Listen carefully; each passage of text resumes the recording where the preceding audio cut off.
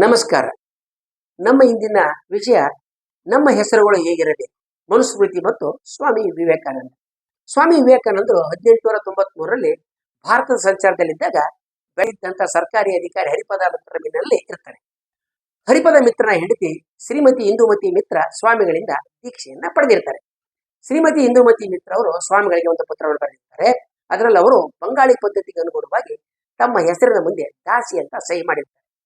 ಸ್ವಾಮಿಗಳ ತಾಯಿ ಭುವನೇಶ್ವರಿಯವರು ಕೂಡ ತಮ್ಮ ಹೆಸರಿನ ಮುಂದೆ ದಾಸಿ ಅಂತ ಸಹಿ ಮಾಡ್ತಾ ಇರ್ತಾರೆ. ಆದರೆ ಮುಂದೆ ಸ್ವಾಮಿಗಳ ಜೀವನ ಚರಿತ್ರೆಯನ್ನು ಬರೆದಂತವರು ಅವರನ್ನ ಭುವನೇಶ್ವರಿ ದೇವಿ ಅಂತ ಕರೆದಿದ್ದಾರೆ. ಇಂದುಮತಿ ಮಿತ್ರ ಅವರ ಸಹಿಯಲ್ಲಿ ದಾಸಿ ಅಂತಕ್ಕಂಥ ಪದವನ್ನು ಗಮನಿಸಿದ ಸ್ವಾಮಿಗಳು 24 ಮೇ 1893ರಂದು ಬರೆದಂತ ತಮ್ಮ ಪತ್ರದಲ್ಲಿ, ಪ್ರತಿದಿನ ಅವಕಾಶ ಸಿಕ್ಕಿದಾಗ ಗೀತೆಯನ್ನು ಓದ್ರಿ. ದಾಸಿ ಅಂತ ನೀವೇಕೆ ಸಹಿ ಮಾಡ್ತೀರಿ?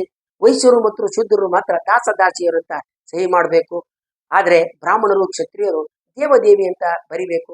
ಜಾತಿ ಭೇದ ಮುಂತಾದವನ್ನ ಈಗಿನ ಕಾಲದ ಕಬಡ್ಡಿ ಬ್ರಾಹ್ಮಣರು ಕಂಡಿಡಿದ್ರು. ಯಾರು ಯಾರಿಗೆ ಆಳು, ಎಲ್ಲರೂ ಹರಿಯ ದಾಸರು. ಆದ್ರಿಂದ ಹೆಂಗಸರು ತಮ್ಮ ಗಂಡನ ಮನೆತನದ ಹೆಸರನ್ನ ತಮ್ಮ ಹೆಸರಿನ ಮುಂದೆ ಬಳಸಬೇಕು ಅಂತಕ್ಕಂಥ ಸಲಹೆಯನ್ನ ಸೂಚನೆಯನ್ನ ನೀಡ್ತಾರೆ. ಸ್ವಾಮಿಗಳ ಈ ಸಲಹೆ ಅತ್ಯಂತ ಕುತೂಹಲಕರವಾಗಿದೆ. ಗುಣಗಳ ಆಧಾರದ ಮೇಲೆ ಬ್ರಾಹ್ಮಣ ಕ್ಷತ್ರಿಯ ವೈಶ್ಯ ಶೂದ್ರ ಅಂತಕ್ಕಂಥ ವರ್ಣ ವಿಭಜನೆಯನ್ನ ನಾನೇ ಮಾಡಿದೆ ಅಂತ ಭಗವದ್ಗೀತೆಯಲ್ಲಿ ಹೇಳಿರ್ತಕ್ಕಂಥ ಕೃಷ್ಣನೇ ವರ್ಣ ವಿಂಗಡೆಯನ್ನ ಮಾಡಿದ್ದಾನೆ. ಪ್ರಾಚೀನರಾದಂತಹ ಮನು, ಪರಾಶರ, ಯಾಜ್ಞವಲ್ಕ್ಯ ಸ್ಮೃತಿಗಳು ಮಾನವನ ಸಾಮಾಜಿಕ ಧಾರ್ಮಿಕ ಜೀವನವನ್ನ 4 ವರ್ಣಗಳಲ್ಲಿ ವಿಭಜಿಸಿದ್ದಾರೆ. ಇವಕ್ಕೆ ಅನುಗುಣವಾಗಿ ಸ್ವಾಮಿಗಳು ನಾವು ದತ್ತರು, ನೀವು ಮಿತ್ರರು, ಜಾತಿಯಲ್ಲಿ ಕ್ಷತ್ರಿಯರು ಅಂತ ತಿಳಿಸ್ತಾರೆ. ಯಾಕಂದ್ರೆ ಬಂಗಾಳದ ಕಾಯಸ್ಥ ಪಂಗಡಗಳಾದಂತ ಬಸು, ಮಿತ್ರ, ದತ್ತ, ಘೋಷ್ ಮತ್ತು ಗುಹ ತಾವು ಕ್ಷತ್ರಿಯ ಮೂಲದವರಂತ ಗುರುತಿಸ್ಕೊಳ್ತಾರೆ. ಆದ್ರಿಂದ ದಾಸದಾಸಿ ಅಂತ ಬರೆಯಬಾರ್ದು, ದೇವದೇವಿ ಅಂತ ಬರ್ಕೋಬೇಕು. ನಾವು ನೀವಲ್ಲದವರು ದಾಸ ದಾಸಿಯರು ಅಂದರೆ ದತ್ತ ಮಿತ್ರರಲ್ಲದವರು ದಾಸ ದಾಸಿಯರು, ಅವರು ಹಾಗೆ ಬರ್ದ್ಕೊಳ್ಬೇಕು ಅಂತಕ್ಕಂಥ ಸಲಹೆಯನ್ನ ಸ್ವಾಮಿಗಳು ನೀಡಿರ್ತಾರೆ.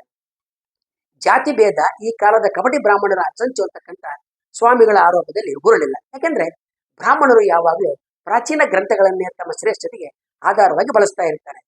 ಬ್ರಾಹ್ಮಣನಿಗೆ ಮಂಗಳ ಸೂಚಕವಾದಂತಹ, ಕ್ಷತ್ರಿಯನಿಗೆ ಬಲ ಸೂಚಕವಾದಂತಹ, ವೈಶ್ಯನಿಗೆ ಧನ ಸೂಚಕವಾದ, ಶೂದ್ರನಿಗೆ ಜುಗುಪ್ಸೆ ಸೂಚಿಸುವ ಹೆಸರುಗಳನ್ನ ಇಡಬೇಕು ಅಂತ ಬ್ರಾಹ್ಮಣರು ಶರ್ಮ, ಕ್ಷತ್ರಿಯರು ವರ್ಮ, ವೈಶ್ಯರು ಶ್ರೇಷ್ಠಿ, ಶೂದ್ರರು ದಾಸದಾಸಿ ಅಂತ ತಮ್ಮ ಹೆಸರ ಮುಂದೆ ಬರೆದುಕೊಳ್ಬೇಕು ಅಂತ.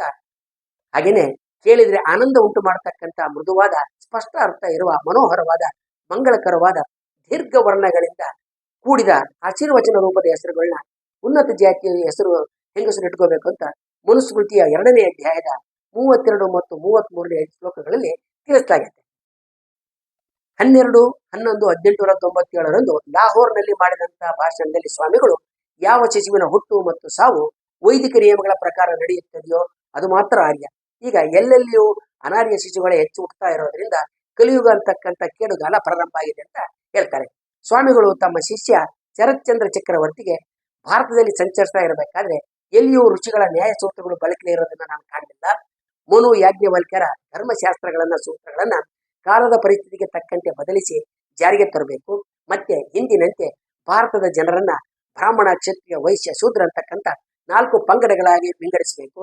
ಅದರಂತೆ ವೇದಗಳ ಕಾಲದಲ್ಲಿ ಇದ್ದಂತೆ ಇತರ 3 ವರ್ಣಗಳು ಮೈದೆಳೆಯಬೇಕು. ಈಗಿರುವ ಬ್ರಾಹ್ಮಣ ಪಂಗಡಗಳ ಬದಲು ಅವರು ಒಂದೇ ಆಗಬೇಕು ಅಂತ ಹೇಳ್ತಾರೆ.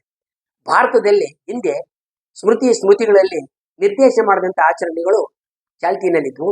ನಂತರ ಕಾಲದಲ್ಲಿ ಸ್ಥಳೀಯ ಆಚಾರಗಳು ಮೇಲುಗೈ ಸಾಧಿಸಿ ಭಾರತ ಪತನಗೊಂಡಿತು.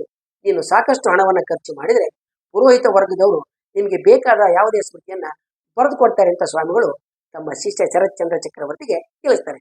ಈ ಹಿನ್ನೆಲೆಯಲ್ಲಿ ಸ್ವತಂತ್ರ ಭಾರತ ಸಂವಿಧಾನ ರಚನೆಯಲ್ಲಿ ಯಾವ ಪ್ರಾಚೀನ ಅಂಶಗಳನ್ನ ಅದರಲ್ಲಿ ಸೇರಿಸಬೇಕಂತ ಸ್ವಾಮಿಗಳು ಹೇಳ್ತಾ ಇದ್ದಿರತಕ್ಕಂಥದ್ದು ನಿಮ್ಮ ಕಲ್ಪನೆಗಳಿಗೆ ಬಿಟ್ಟ ವಿಚಾರವಾಗಿದೆ. ಆದರೆ ಆಧುನಿಕ ಭಾರತದಲ್ಲಿ ಜನ ಹೆಸರನ್ನು ಇಟ್ಕೊಳ್ಳೋದಕ್ಕೆ ಮನುಸ್ಮೃತಿ ಅಥವಾ ಸ್ವಾಮಿ ವಿವೇಕಾನಂದ ಇಬ್ಬರ ಅಭಿಪ್ರಾಯಗಳನ್ನ ತಿರಸ್ಕರಿಸಿ ಬದಿಗೆ ಸರಿಸಿದ್ದಾರೆ. ಆದ್ರಿಂದ ಜಾತಿ ಸೂಚಕ 2ನೇ ಪದವನ್ನ ತೆಗೆದ್ರೆ ಭಾರತೀಯ ಹಿಂದುವಿನ ಇಟ್ಟ ಹೆಸರಿನ ಮೂಲಕ ಆತನ ವರ್ಣ ಮತ್ತು ಜಾತಿಯನ್ನ ಈಗ ಗುರುತಿಸೋದಕ್ಕೆ ಸಾಧ್ಯವಿಲ್ಲ ಅನ್ನೋದು ಮಾತ್ರ ಸತ್ಯ. ಮುಂದಿನ ವಿಡಿಯೋದಲ್ಲಿ ನಾವು ಇಂಥ ಸಾಮಾಜಿಕ ಧಾರ್ಮಿಕ ಸಂಗತಿಗಳನ್ನು ಕುರಿತಾಗಿ ನಮ್ಮ ಸಮಾಜ ಸುಧಾರಕರು ಹೇಗೆ ಚಿಂತೆ ಮಾಡ್ತಾ ಇದ್ರು, ಏನು ಹೇಳ್ತಾ ಇದ್ರು ಅನ್ನೋದನ್ನು ತಿಳ್ಕೊಳ್ಳೋಣ. ವಂದನೆಗಳೊಂದಿಗೆ.